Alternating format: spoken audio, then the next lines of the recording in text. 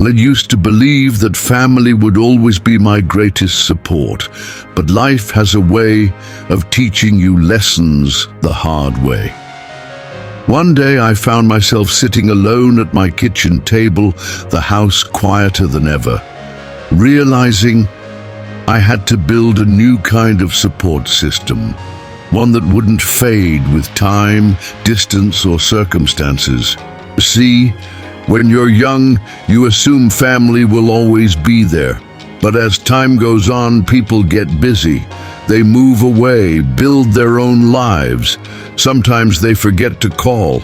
And other times, even when they're right there, it doesn't feel the same. That's when I knew I couldn't just rely on the people I was born into.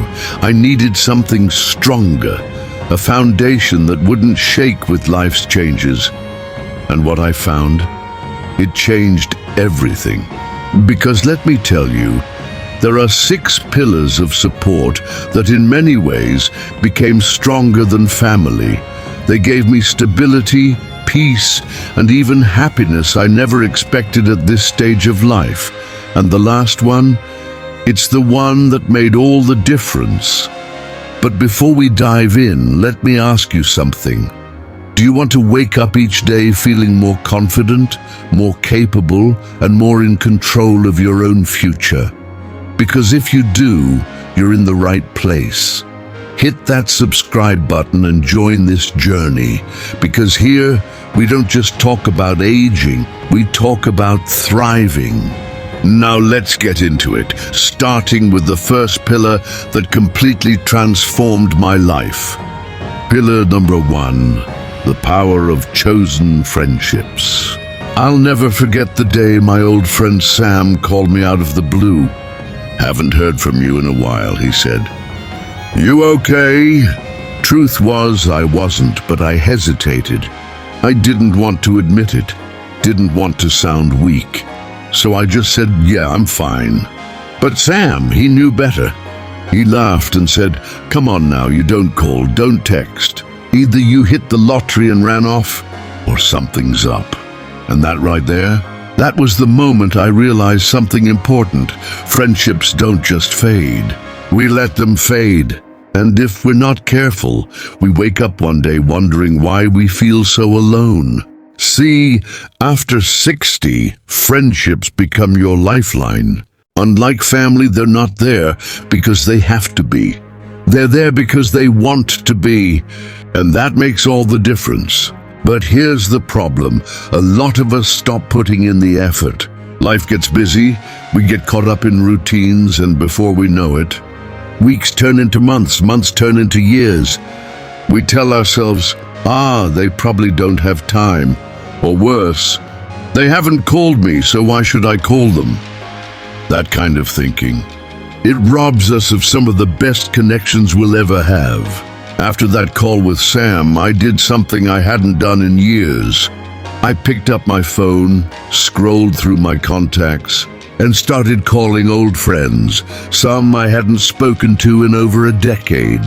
And you know what surprised me? Almost every single one of them was grateful to hear from me. Some even admitted they had been thinking of reaching out too, but just never did. It made me realize something. We all get caught up in life. We all assume we're too busy. But deep down, we all want to feel connected. And let me tell you, those calls, they brought back a sense of belonging I thought I had lost. Suddenly, I wasn't just passing time anymore. I was looking forward to conversations, to laughter, to stories that reminded me of who I used to be. Loneliness is one of the biggest struggles people face as they age. It sneaks up on you. One day you're surrounded by people, work colleagues, family, kids running around, and the next, the house is quiet. The phone doesn't ring as much, and if you're not careful, that silence starts to feel normal. But here's what I've learned. It's never too late to reconnect. Friendships don't just disappear. They're like a fire. If you let them burn out, they will. But if you tend to them, even just a little, They can reignite and warm your life in ways you never expected. So here's my challenge to you. Think of one person you haven't checked in on lately. Someone who made you laugh. Someone who was there for you in the past. Maybe it's been months, maybe it's been years. It doesn't matter. Just reach out. A simple text, a quick call, even just a "Hey, I was thinking about you." Because trust me, you never know how much one call, one message, one small effort can mean to someone. And you just might find that it means the world to you too. Who's one friend you haven't checked in on lately? Maybe today's the day. Drop a comment below. Who's the first person that comes to mind? Pillar number 2, your health. The best investment you'll ever make. There was a time I ignored my health. I told myself, hey, I'm getting older, what's the point? I had aches and pains, sure, but I figured that was just part of aging. Then one morning, I went to tie my shoes, and I couldn't do it without struggling. I sat there, breathing heavy, my back stiff, my knees aching, and a thought hit me. If something as simple as bending down had become a challenge, what was next? Would I wake up one day unable to do the things I took for granted? Would I have to rely on others just to move through my own life? That was the wake-up call I needed. A few days later, I went to the park just to clear my head, and that's when I saw him. An older man, must have been in his 80s, moving like he was still in his 50s. He had a spring in his step, stood tall, and just radiated energy. I couldn't help myself. I had to ask. "Excuse me, sir, if you don't mind me asking, how old are you?" He smiled. 82. I must have looked shocked because he laughed. "Didn't expect that, huh?" I shook my head. "What's your secret?" And I'll never forget what he said next. "I never stopped treating my body like it mattered." That hit me hard, because if I was being honest with myself, I let my age become an excuse. I convinced myself that slowing down was inevitable, that feeling weak was just part of the process. But this man, he was proof that wasn't true. I didn't overhaul my life overnight. I started small, just walking around my neighborhood every morning. At first, I could barely make it around the block without feeling winded. But I kept going.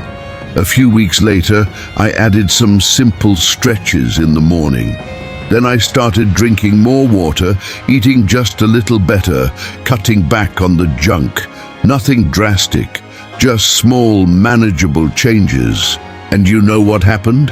One morning, without even thinking about it, I bent down to tie my shoes. And it was easy. No strain, no stiffness. I stood up and actually laughed to myself, because that small moment, it showed me that my body was responding. It was getting stronger just from the little things I was doing every day. That's when I realized your health isn't just about living longer. It's about living better. It's about feeling good in your own skin, about having the strength and energy to do the things you love. And the best part? It's never too late to start. So many people believe that once they hit a certain age, their best days are behind them. But that's not true. Your body is always adapting, always responding to what you do. The problem is, most people stop doing. They stop moving, stop challenging themselves, stop believing they can improve. And that's when things really start to decline. But here's the good news. You don't have to make huge, overwhelming changes to see results. Just start. A short walk, a few stretches, an extra glass of water. One small thing every day. Because the way you treat your body today, that's the life you'll be living tomorrow. So here's my question for you. What's one small thing you can do today to take better care of your body? Maybe it's a 5-minute stretch. Maybe it's swapping soda for water. Maybe it's just standing up and moving a little more. Whatever it is, drop it in the comments. Let's hold each other accountable. What's one small thing you can do today to take better care of your body? Let me know in the comments. Pillar number 3, a purpose that gets you out of bed. Retirement hit me harder than I expected. At first, it felt like a vacation. No alarms, no deadlines, no rushing out the door. Just endless, open days. And for a while, it was nice. I'd sleep in, take my time with coffee, watch a little TV. But then, something changed. The days started blending together. Monday felt like Friday, which felt like Sunday. I'd wake up and think, what now? I didn't have to be anywhere, didn't have to do anything. And that's when it hit me. Without a reason to get up in the morning, life starts to feel empty. One morning, I sat at my kitchen table, staring at my cup of coffee, and I asked myself a hard question. If I disappeared tomorrow, would it even matter? Now, that might sound dramatic, but if you've ever felt like you're just existing instead of living, you know exactly what I mean. That same afternoon, something unexpected happened. I ran into an old friend at the grocery store. We got to talking, and he mentioned a program where retired professionals mentor young people just starting out. He said, "You've got decades of wisdom. Why not share it?" At first I laughed it off. What could I really offer? But that conversation stuck with me. A week later, I decided to give it a shot. I signed up to mentor a young man who was struggling to figure out his career.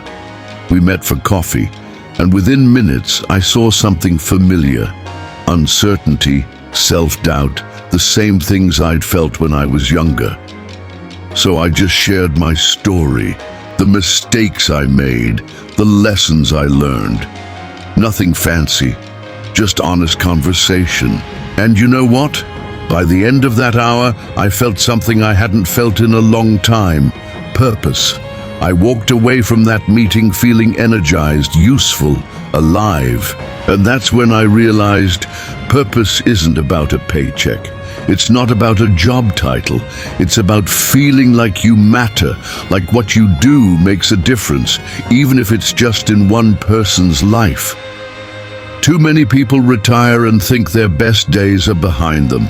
They stop chasing goals, stop learning, stop giving. And that's when they start to wither.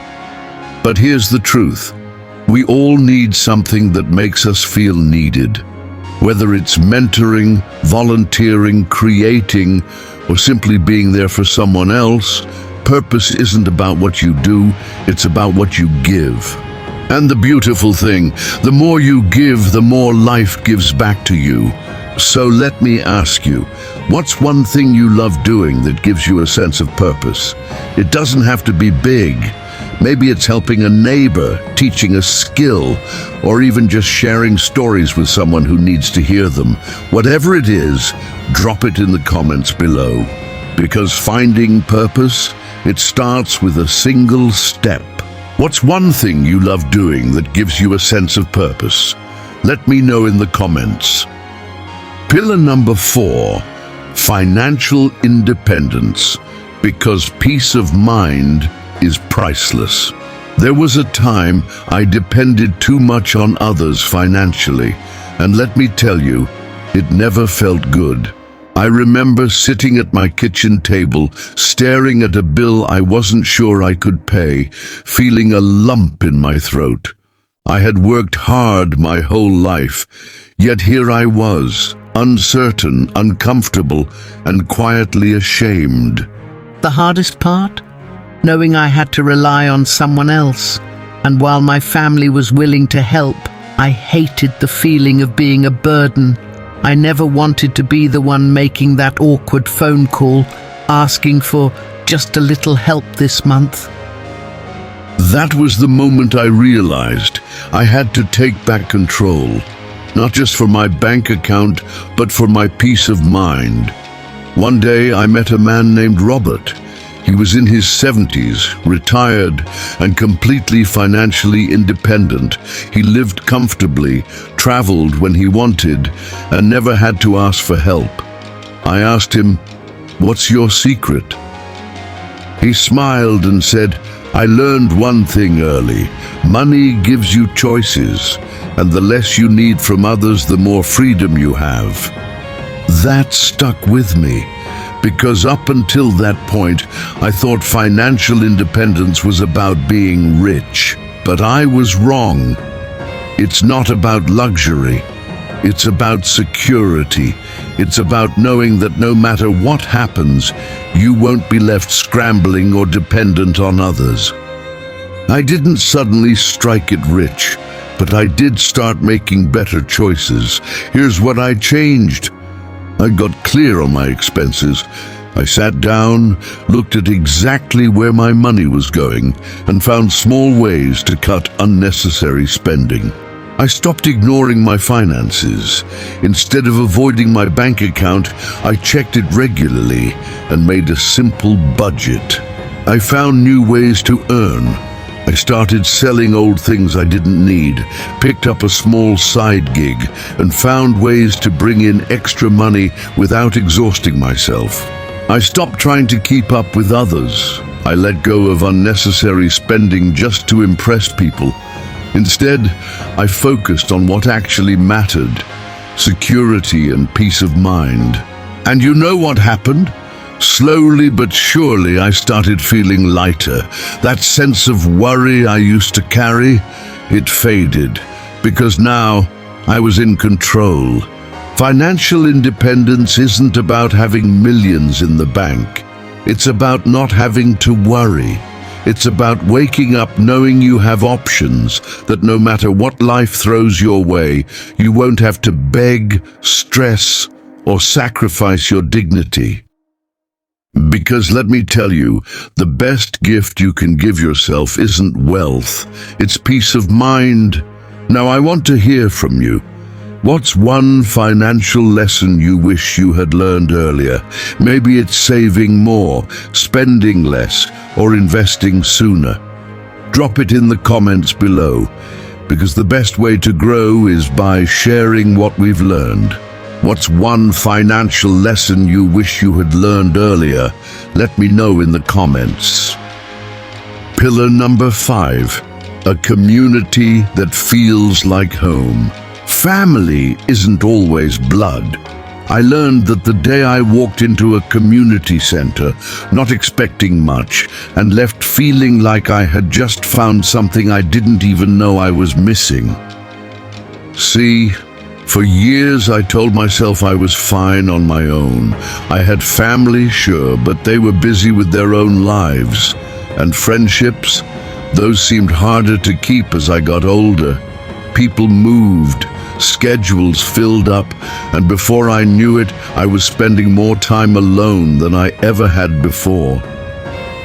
At first I didn't mind, but over time I started to feel it. The quiet evenings, the lack of someone to just talk to. I didn't realize how much I missed real, genuine connection until I found it again. One afternoon, on a whim, I decided to check out a local gathering at a nearby community center. It was just a group of people, some older, some younger, talking, laughing, sharing stories over coffee. I sat down, hesitant at first, but within minutes, I was drawn into the conversation. We talked about life, about things that mattered, and for the first time in a long time, I felt truly seen. No expectations, no obligations, just people who understood, who cared. That day, I realized something powerful.